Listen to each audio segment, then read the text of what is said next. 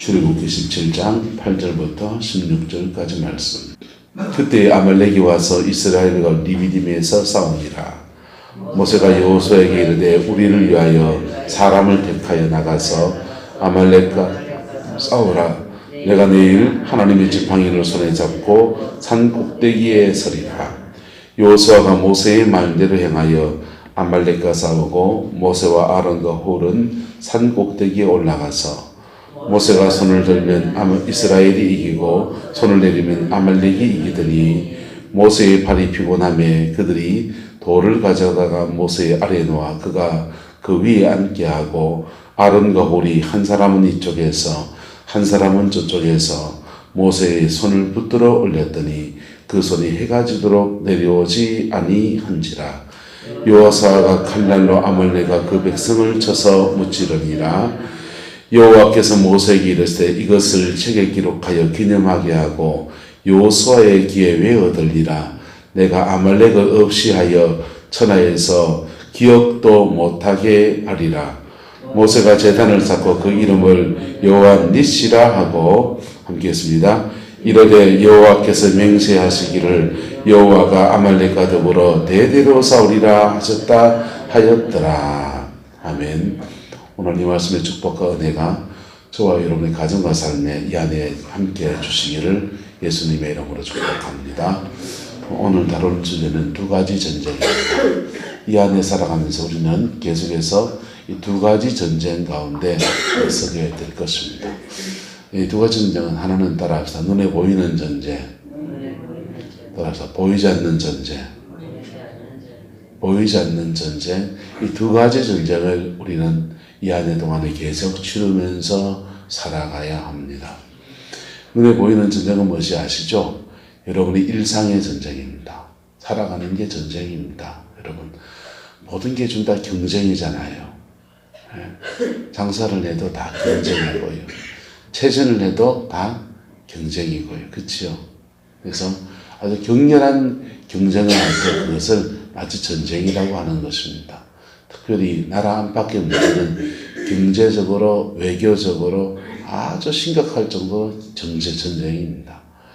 정치적으로, 외교적으로, 경제적으로 굉장한 전쟁을 우리는 치르며 살아가야 합니다. 이게 다 눈에 보이는 전쟁입니다. 무슨 전쟁이요? 눈에 보이는 전쟁이요. 가정 안에서도 가정을 일으켜 보려고 또 가족을 먹여 살려 보려고 가정 안에서 소득을 이루어내는 사람이 그것이 어머니든지 아버지든지 몸부림치면서 살아가야 그나마 주머니에 기백만 원씩 그렇게 지지 않습니까? 그게 눈에 보이는 전쟁이에요. 여러분, 직장 생활하는 사람들은요, 직장 안에서 얼마나 갑질도 당하고요, 얼마나 굽신굽신 해야 되고요. 그렇지요. 장사를 하시는 분들은 장사하는데 그 장사하는 중에 가끔씩 진상 손님들이 있지 않습니까? 그러면 그 사람 때문에 마음이 몹시 상하는 그 시간도 지나가야 되는 거. 그 백종원 씨 자기 인생을 쭉 얘기하는 걸 이렇게 들어보니까 그분 참 대단하다 싶더라고요. 예수를 믿는 것 같지는 않던데, 근데 성실하게 자기 인생을 살아내려고 참 몸부림치는 사람이다 라는 생각이 참 그렇게 들더라고요. 이분이 군대에 있을 때 장교 식당에 이렇게 근무를 하면서 요리를 배웠어요. 그리고는 제대를 하고서는 인테리어 업체를 해서 사장이 된 겁니다. 인테리어 업체를 하면서 우연히 부동산 하는 집에 가가지고 무슨 얘기하다가 이거 뭐 좋은 매물 나온 거 있어요? 그러니까 사장님 식당 한번 해보실래요? 그 괜찮은 식당이 하나 나왔는데, 그래 말해가지고 식당요 괜찮으면 하죠. 그냥 인테리어 업체가 너무 잘 되고 있어서 딴 데 신경 쓸 틈이 없는데 괜히 헌정처럼 말 한마디 한 게 그만 쌈밥집을 인수를 하게 됐어요. 그 쌈밥집을 인수를 해놓고는 이게 두 다리를 거치는 거예요. 인테리어 업체도 하고 쌈밥집도 하고. 인테리어 업체 사장으로 돼서는 막 직원들한테 큰 소리 치고 이거 대라 저거 대라 막 지시하고, 쌈밥집 사장이 되니까는 쌈밥집은 가서 손님들한테 허리를 수그려야 되는 겁니다. 굽신굽신하고 돈 내는 분들한테 아이고 잘 드셨습니까? 그냥 비위도 맞추고 잘해야 된다는 마음에 그렇게 하는데 속이 무지 상하는 시간을 지나갑니다. 그런데 시간이 지나서 인테리어 업체가 IMF를 맞으면서 그만 부도가 나버렸어요. 부도가 나면서 이제 기댈 것은 쌈밥집밖에 없는 거예요. 사채 끌어다 쓰고 그 빚 갚느라고 생고생을 하고서는 그 다음 이제 이 쌈밥집에 올인해가지고 그때부터는 이제 요리사의 프랜차이즈 사장의 막 그런 쪽으로 이제 쭉 뻗어서 자기 인생을 살아오. 아무것도 모를 때 식당을 그 생업의 절박함을 가지고 식당을 했고 그게 너무 마음에 그래서 지금도 이제 골목 식당 하면서 수많은 자영업 하는 분들에게 뭘 하나 이렇게 TV라도 줄까 해서 그렇게 자기는 섬긴다는 거예요. 여러분 인생 잘 산 사람 맞습니까? 맞습니까? 훌륭하신 분이죠. 여러분 이게 삶의 전쟁입니다. 눈에 보이는 전쟁입니다. 할렐루야. 눈에 보이는 전쟁에서 승리하는 저와 여러분 되기를 축복합니다. 눈에 보이는 전쟁은요 따라 두 가지로 싸워야 됩니다. 따라합시다. 성실과 정직과 지혜. 눈에 보이는 전쟁은 어떤 분야든지 세 가지를 갖춰야 합니다. 성실해야 돼요. 두 번째는요 정직해야 됩니다. 정직해야 됩니다. 물건 값을 속이고 이문을 막 너무 과대하게 붙이고 막 그러면 하루 이틀은 그게 벗겨낼지 모르지만은 시간 지나면 드러납니까? 안 드러납니까? 드러나죠. 그래서 이렇게 손님들이 끊어진다고요. 재료를 이렇게 속이고 이런 건 다 법에 걸리잖아요. 요즘은요. 세 번째는 지혜예요. 시대에 맞는 것에 대한 것. 요즘 시대 사람들과 시대의 트렌드를 볼 줄 아는 것은 그 지혜인 것입니다. 요즘은 이마트나 홈플러스 같은 게 장사가 잘 안 된대요. 왜 안 되겠어요? 사람들은 뭘 안 사 먹습니까? 이마트 홈플러스 왜 안 되겠습니까? 아는 사람. 안정목에서 왜 안 되는지 압니까? 어승거사에 압니까? 시대의 트렌드를 세워야 된다니까요. 두 가지 이유 때문입니다. 하나는 인터넷으로 다 사요. 그래서 쿠팡, 그 다음에 G마켓, 그 다음에 위메프, 쿠차 뭐 이런 거 있습니다. 그런 데서 심지어는 해외로 직구를 합니다. 중국 사이트에서는 알리익스프레스라는 중국 사이트에서 사면 굉장히 싸요. 옷 같은 것도 제 옷은 중국 사이트에서 사면 10,000원이면요 진짜 좋은 거 괜찮은 거 얻어요. 그 다음에 가전제품은 아마존에서 미국 사이트에서 삽니다. 국제적인 시대가 됐어요. 그래서 택배를 시키면 택배비 내면 집까지 갖다 줍니까? 안 갖다 줍니까? 갖다 주잖아요. 내가 장 보러 가지 않아도 되고. 두 번째 이유는 1인 가구가 많아져서 그래요. 무슨 가구가 많아졌다고요? 1인 가구. 1인 가구가 많아지고 지금 노령화가 많이 됐어요. 구룡포도 노령화가 굉장히 많이 됐죠. 노령화가 많이 돼서 그래서 상권이 자체가 좀 달라졌어요. 1인 가구가 많으니까 혼자서 뭘 해먹기가 그러니까 그냥 편의점 같은 데서 1인용 컵밥 같은 거 다 팔아요. 여기 가서 그냥 사 먹고 그리고 요리 같은 것도 이렇게 소분해서 다 팔아요. 옛날에는 수박도 한 통 큼지막한 거 한 통 큼지막한 거 가져오면 여름날에 냉장고 그 다 넣을 자리가 있습니까? 없습니까? 자리 없잖아요. 그래서 소분해서 4분의 1등분 이래가지고 랩으로 딱 씌워가지고 고래 팔고 바나나도 한 송이 통째로 무겁다고 4분의 1송이 고래채 1인용 1인용 나눠서 그래 팔아요. 노령화 세 가지는 첫 번째 노령화죠.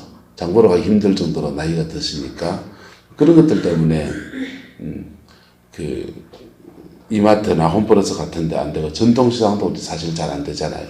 잘 안 되고 주로 이제 쿠팡 같은 데나 시켜서 그렇게 먹고 자녀들은 다 택배로 보내주죠. 그지요? 예, 그 택배가 다 전화 띠링 하면 온라인으로 바로 나눠지는 그 구판것에서 오는 게 많다고요. 어쨌든 이게 이제 눈에 보이는 전쟁 안에서 우리가 싸워내고 감당해내야 될 목숨. 하나 더 있네요. 하나 더는 따라서 관계. 예. 아무리 좋아도 인간관계가 비틀어지면 그 집 갑니까? 안 갑니까? 안 간다 이거죠. 그래서 그 네 가지를 하면 우리는 눈에 보이는 전쟁에서는 잘 해낼 수 있어요. 그런데 눈에 보이는 전쟁 외에 또 하나의 전쟁이 있습니다. 또 하나의 전쟁은 영적 전쟁입니다. 무슨 전쟁이요? 영적 전쟁. 눈에 보이는 전쟁을 열심히 잘하고 있는데 인생이 잘 안 풀린다. 그러면 영을 봐야 돼요. 영을 봐야 돼요. 예수 안 믿는 사람도 눈에 보이는 전쟁을 잘 감당해내는데 잘 되는 사람이 있어요. 왜 그런지 압니까? 그 사람들은 구원은 그건 아니에요. 그러나 하나님의 일반 은총 안에서 그의 인생 안에서 사단의 방해가 별로 없는 가정이 있어요. 무슨 뜻인지 이해가 됩니까? 원수가 방해한단 말이에요. 사단이 그리스도인이 예수 못 믿게 하고 믿음이 자라지 못하게 하는 것만 방해하는 것이 아니라 이 땅 가운데 하나님의 축복과 은총이 많은 것도 방해한다고요. 그런데 그 사람의 인생과 가정 안에서 사단의 방해가 별로 없는 사람들이 있어요. 가정 안에 뭐 심각한 죄를 짓고 막 그렇게 살지 않은 사람들이 있어요. 그런 가정은 영적인 방해가 덜해요. 할렐루야. 단명하지도 않고요. 장수하고요. 하나님의 일반 은총의 영역에 속한 것이기 때문에 불신자나 신자나 상관이 없어요. 그런데 가정 안에서, 특별히 가정 안에서 성장 과정에서 너무 많은 상처를 받고 막 죄악 가운데 노출되어 있고 또 생활의 죄죠. 생활의 죄고 그 다음에 영적인 죄들, 우상 숭배를 많이 하는 가정도 있습니다. 망해요. 우상 숭배를 많이 해서 무속인의 가정이라든지 종갓집이라든지 해가지고 제사를 막 신령한 진정으로 너무 많이 들었다든지 절을 세웠다든지 이런 가정들은요 우상의 영이 악한 영이 그 가정에 확 집혀 있어요. 그래서 영적 전쟁이 그의 가정 안에는 치열한 거예요. 치열한 거예요. 영적 전쟁이 치열한 상태에서 어렸을 때부터 치열한 가정 안에서 어렸을 때부터 영적 공격을 받으며 자라요. 그런데 하나님 복 주심도 끊어져 있으니까 먹는 거, 입는 거, 공부하는 거 다 못했으니까 인생을 살아보려고 자기 나름을 몸부림치는 사람도 있고 좌절하는 사람도 있을 수 있어요. 그런데 그런 사람들이 아까 말한 네 가지 성실과 또 뭐라 했습니까? 차근차근 짚어보세요. 성실, 또 첫 번째 뭐라 그랬어요? 두 번째? 정지. 세 번째는요? 지혜. 네 번째는요? 관계. 요 네 가지를 가지고 인맥을 만들고 관계를 쌓고 그래서 자기 인생을 살아보려 몸부림치면은 돈이 들어오고 사람도 붙고 뭐 이렇게 되지요. 그런데 이 사람이 모르는 영역이 하나 있다고요. 그건 따라서 영의 세계입니다. 영의 세계가 있는 거예요. 영적 세계가 있어서 영적 세계가 공격해 들어오는 것을 이 사람은 방어할 수 있는 길이 없어요. 막았을 힘이 없고요. 막았을 능력이 없어요. 신앙생활을 해도 예수 안에서 믿음 생활을 한다고 해도 영적인 방해가 극심한 사람도 있습니다. 인생의 꽃을 피우기가 되게 어려워요. 그런 분들이요. 목회를 한다 할 때 목사도 네 가지를 갖춰야 되죠. 정직하고 성실하고 자기 분야에 성실한 게 뭐겠습니까? 목사는요. 말씀 읽고 기도하고 묵상하고 목회 신방 열심히 하고 이런 것들이 있죠. 성실하고 그 다음에 어떻게 이 분야에 좀 더 지혜를 가질까? 지혜를 갖추고 사람과의 관계를 잘 가지고 이런 것들을 이렇게 네 가지를 가져갈 때 목회에도 성공이 있겠죠. 성공하는 거죠. 그런데 이게 영적인 방해가 극심하면 감당이 불감당인 거예요. 무슨 말이 됩니까? 신학교에서는 뭘 배우느냐? 요 네 가지를 갖추라고 배웁니다. 목회 안에서 성실하고 정직하고 그 다음에 사람과의 관계를 잘 가지는 목회학이라고 해서 성도와 관계 갖는 걸 배워요. 우리가요.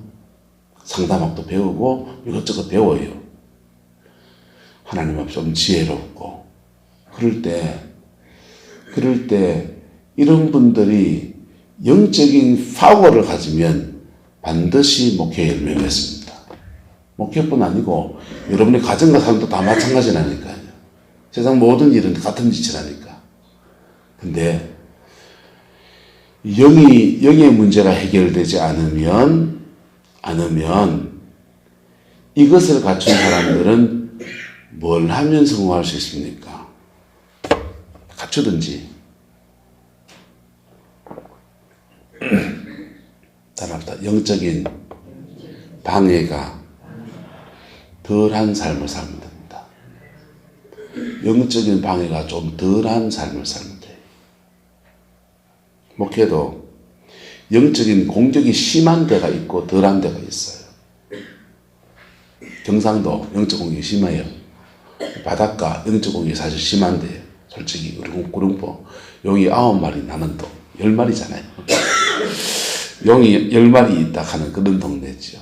사람들 좀 바닷가 살 좀 억세고 그렇죠. 근데 미신 많이 생기고 이런 동네는 영적인 싸움이 거센 데예요. 거센 데는 영권이 있어야 됩니까? 없어야 됩니까? 반드시 있어야 되는 거죠. 근데 서울 같은 데 이런 데는 영적 공격이 이보다 덜할까요? 더할까요? 덜해요. 덜하다고. 전라도 같은 데는요. 전라도 같은 데는 사람들이 상처가 많지만 기도하는 사람들이 카바링이 많아요. 그래서 교회 안에 성령의 임재가 쭉 깔려 있어요. 그래서 목회자가 나머지 네 부분만 잘 감당하면 교회 안에 영적 전쟁은 누가 치러주냐? 따라서 성도들이 치러주십니다. 성도들이 치러주는 거예요. 70년대, 80년대까지 목사님들은 목회할 만했어요. 왜 목회를 할 만했느냐? 밤마다 교회에 와서 기도하고 하나님께 부르짖는 성도들이 자기 인생이 고달파서 그렇겠지만은 어쨌든 기도하는 사람들이 여기 많은 거예요. 새벽에 오면은 여기 무대기 해가지고 이렇게 기도하다가 한번 주무시는 분도 있고 그렇습니다. 그러면은 와서 종땡 치면 이제 부지시 일난다고요. 일나가지고는 다 같이 새벽 예배 드립니다. 늦게 오셔가지고 새벽 예배만 드리는 분도 있고 밤새 철야하다가 생철야 하신 분도 있고 2시간 기도하다가 주무시는 분도 있고 여기 쭉 깔려있는 거예요.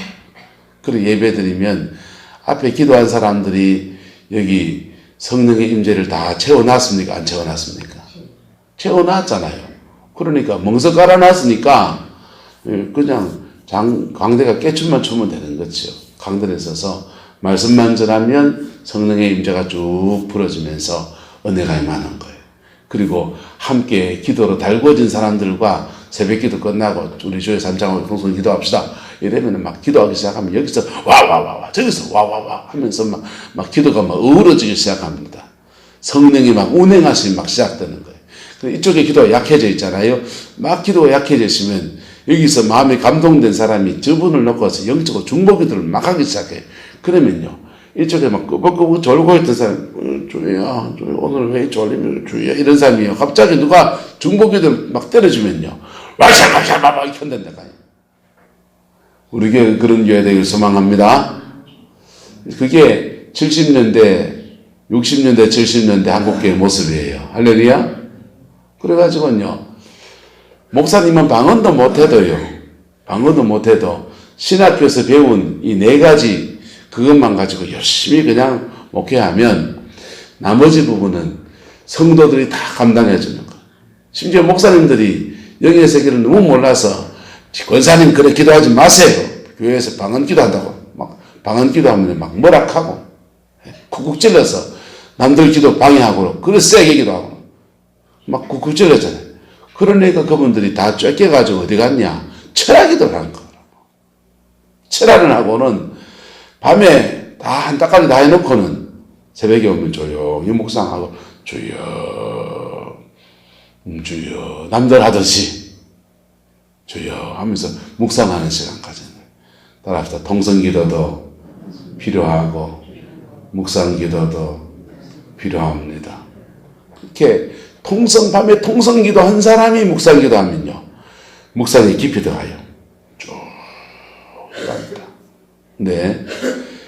부르짖어 기도하면서 이 영을 갈아엎지 않은 사람들은 묵상 기도하면 자꾸 잡생각이 생기는 경우가 많아요. 다 그런 건 아니에요. 근데 어쨌든 그렇게 기도로 이렇게 영적인 터가 장악되어 있고 그래서 목회할 만했죠. 성도들도요. 그래 기도하다 보면 힘이 나가지고 새벽에 기도하면서 힘 받아가지고 그 다음 자신의 생활로 가서 생활의 전쟁을 싸워내는 거예요. 할렐루야. 그 생활의 전쟁에서 영으로 싸워낸 사람들이 생활에서 부딪히니까 그 생활 안에서 수고할 때마다 그의 수고에 대해서 하나님이 갚아주시고 은혜를 주시는 아름다운 일이 있어서 이 나라가 이만큼 먹고 사는 나라로 세워지는데 큰 깃털이 되어 주었습니다. 할렐루야. 우리 민족은 알지 못하는 사이에 이 나라는 우리가 모르는 사이에 이 2가지 전쟁을 싸우면서 이만치 나라를 세운 거예요. 이게 세워지는 게 쉽지 않은 겁니다. 이 나라는요 3가지를 이루었어요. 따라합시다. 복음화, 산업화, 민주화. 복음화, 산업화, 민주화 이 3가지를 이뤘습니다. 오늘 시대의 문제는 뭐냐? 눈에 보이는 전쟁에서 승리하고 눈에 보이지 않는 전쟁에 승리해서 그게 기반이 돼서 눈에 보이는 전쟁을 승리해서 이만치 이루어놓고 난 뒤에 이뤄놓은 것을 어떻게 분배할 것이냐 나누는 문제, 분배의 문제가 생깁니다. 그 분배가 포퓰리즘이다 아니다 복지다 이게 쟁론이 되는 거죠. 또 하나는 더 심각한 문제는 뭐냐 하면 사실은 2개의 전쟁이거든요. 눈에 보이는 전쟁과 안 보이는 전쟁이요. 할렐루야. 안 보이는 전쟁에서 지금 여지없이 밀리고 있는 거예요. 눈에 보이지 않는 전쟁에서 그냥 막 여지없이 밀리고 있는 거예요. 사단에게요. 기도의 사람들이 다 어디 가셨는지 돌아가시고 연세 드시고 하면서요. 교회마다 바글바글 하던 기도의 사람들이요.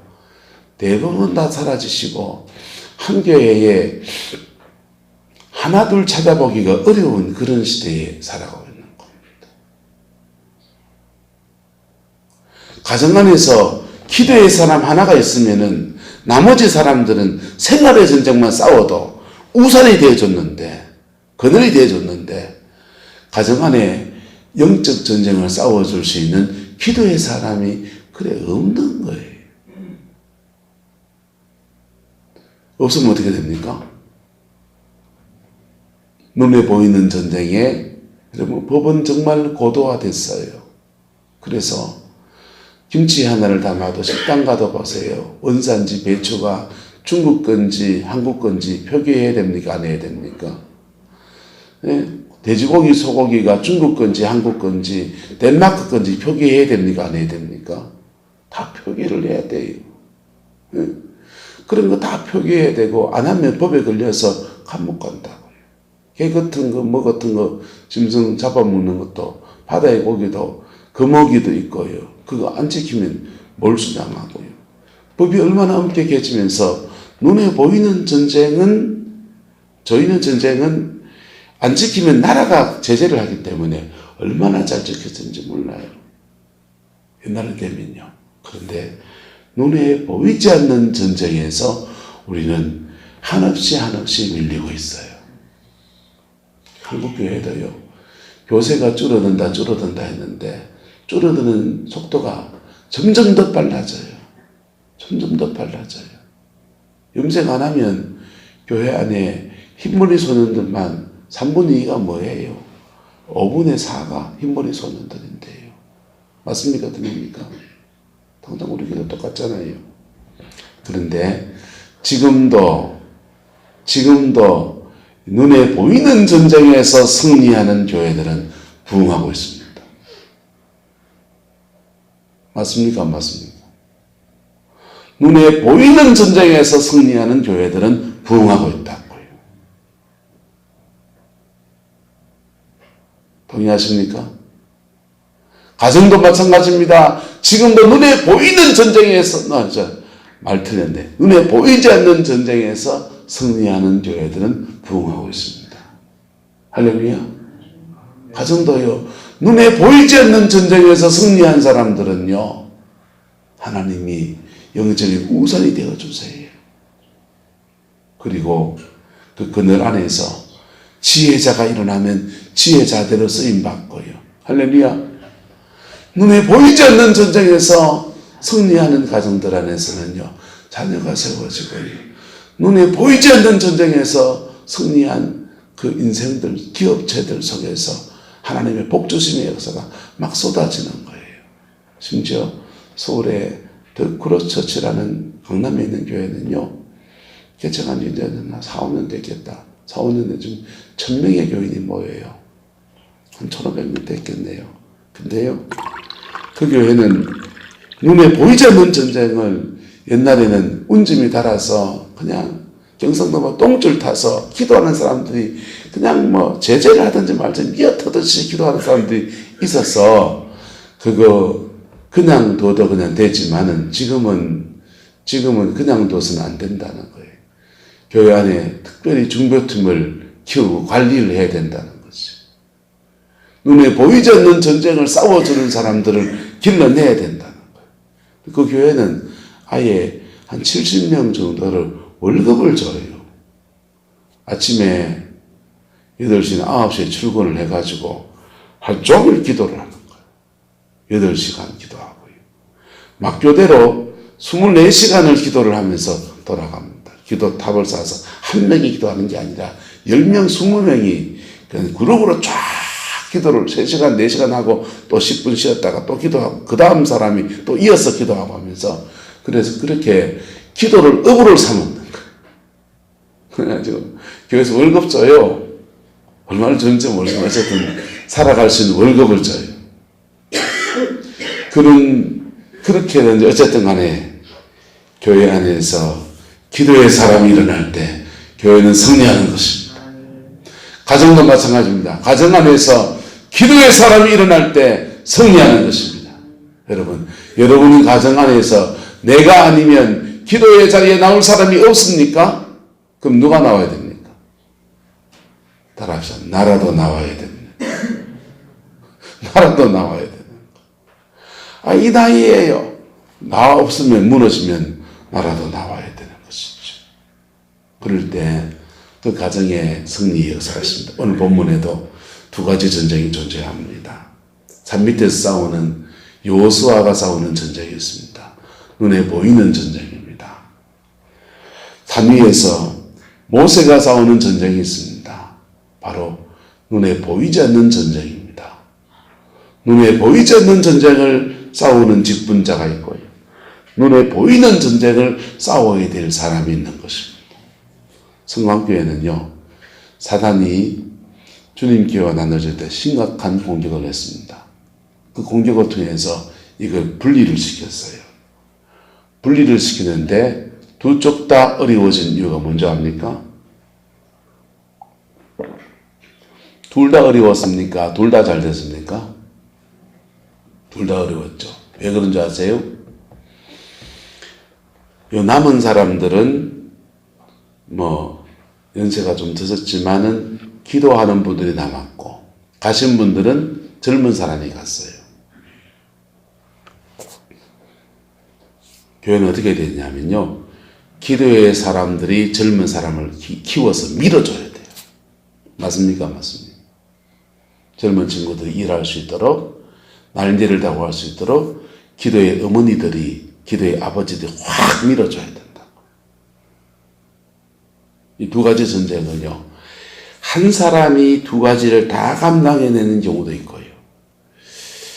기도의 사람은 영의 것을 감당하고, 생활의 사람은 생활의 것을 감당하면서, 이 각각의 일을 감당하면서 각각 하는데 합쳐놓으면 하나가 되는, 그렇게 되는 수도 있어요.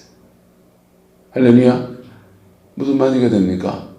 그래서 교회 안에서 저는 기도하는 사람을 가장 중요하게 생각합니다. 너무 고맙게 생각합니다. 교회에 중직이든지 헌금을 많이 하든지 저는 그거 별로 언는 안 들어옵니다. 성질이 좀, 기도하는 분들 성격이 있으면 센 사람도 있습니다. 괜찮아요. 그 정도 봐줄 수 있어요. 네. 사람이 다 연약하면 다 있는 거니까. 기도의 사람을 가장 중요하게 봅니다. 할렐루야. 제 목회 원칙입니다. 기도의 사람을, 사람에 대해서 기도의 사람을 가장 중요하게 봅니다. 그리고 그 기도의 사람들과 사단은 어떻게 했냐, 요거를요, 그래서 짝을 넣는 거예요. 분리해 놓으면요, 기도의 사람도 기도해도 열매 맺히는 게 없으면 낙심돼 버리고, 생활에서 싸워야 될 사람은 기도로 밀어주는 게 없으니까 무너지고, 둘 다 무너지는 거죠. 그게 놈 얘기가 아니고 우리 교회 얘기라니까.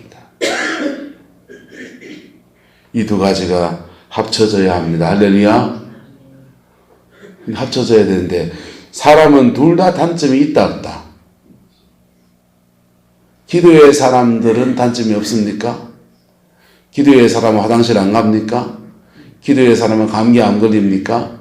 기도의 사람은 밥 안 먹습니까? 기도의 사람은 돈 없이 그놈 위에서 삽니까? 이슬만 먹고 삽니까? 기도의 사람들도 돈이 있어야 돼요. 밥 먹고 살아야 되고요. 삼시세끼 해결할 수 있는 능력이 있어야 된다고요. 기도의 사람을 그래서 돕는 사람이 있습니까? 없습니까?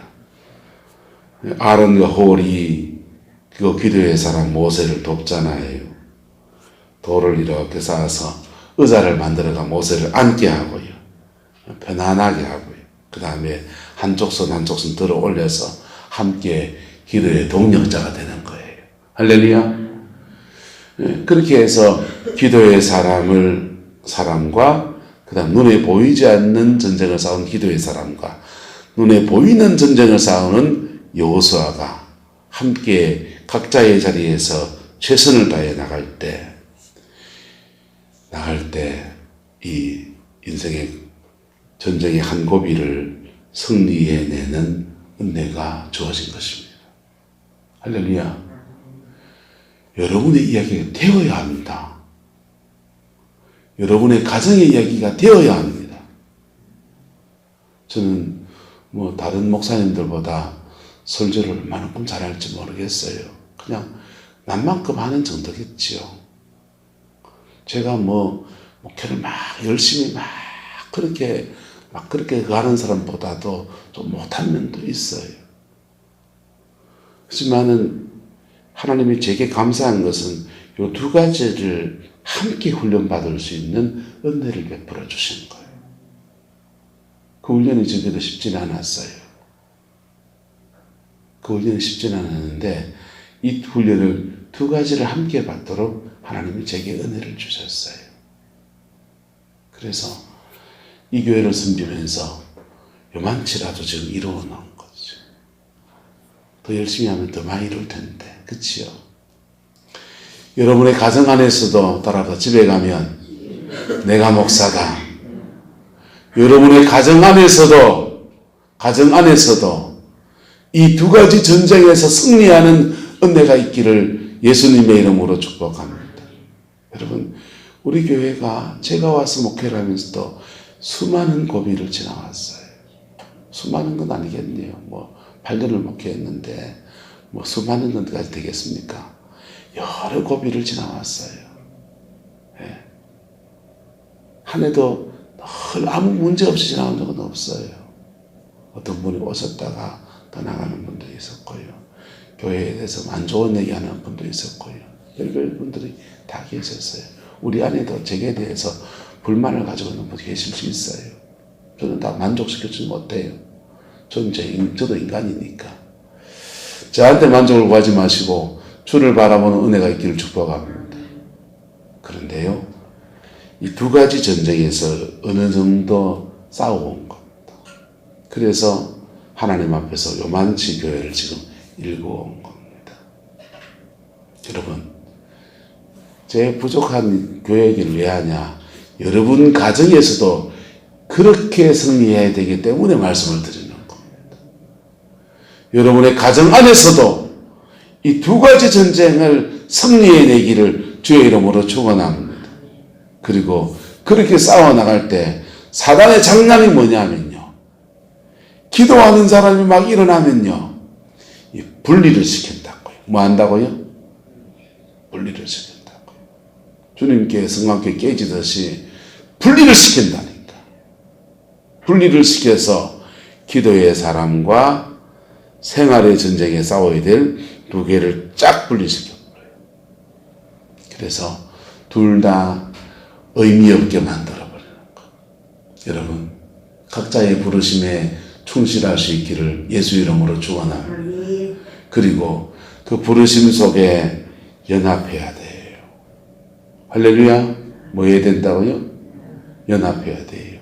단점을 찾으면요, 단점을 찾으면 다 단점이 있다 없다. 예. 오스골사님은 단점이 없습니까? 유건사님은 단점이 없습니까?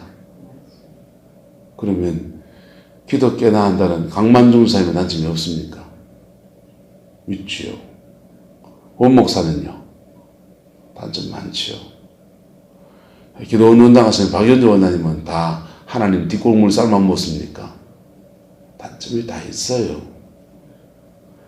단점이 다 있고, 그리고 인생은 다 주님 앞에 갈 그때까지 버리지 못한 죄 때문에 실험하며 가는 거라고요. 맞습니까? 틀립니까? 끊어내지 못한 죄 때문에 다 실험하며 가는 거라고요. 사모님은 단점이 없습니까? 그런데요, 사단은 우리 눈에 뭘 씌워놨느냐? 들보가 들어앉아 있다고요. 그래서 남의 단점은 뭐가 보이고 크게 보이고, 내 단점은 뭐고 쪼매나고.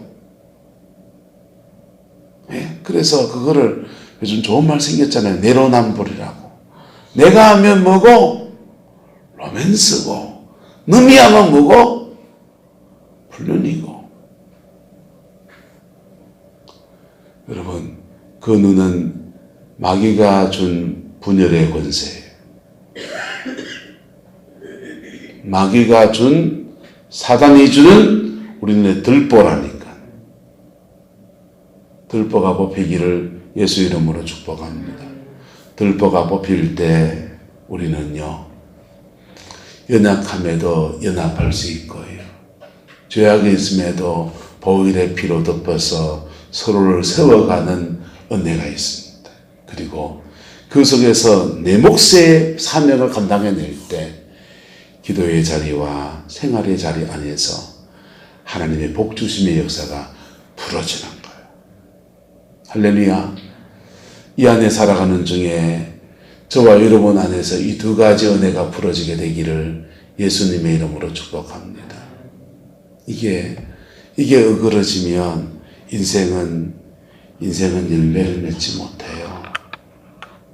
이게 어그러지면 교회에 직분 가지고 있고, 죄송합니다, 돈 많아도 인생의 열매는 별로 없어요.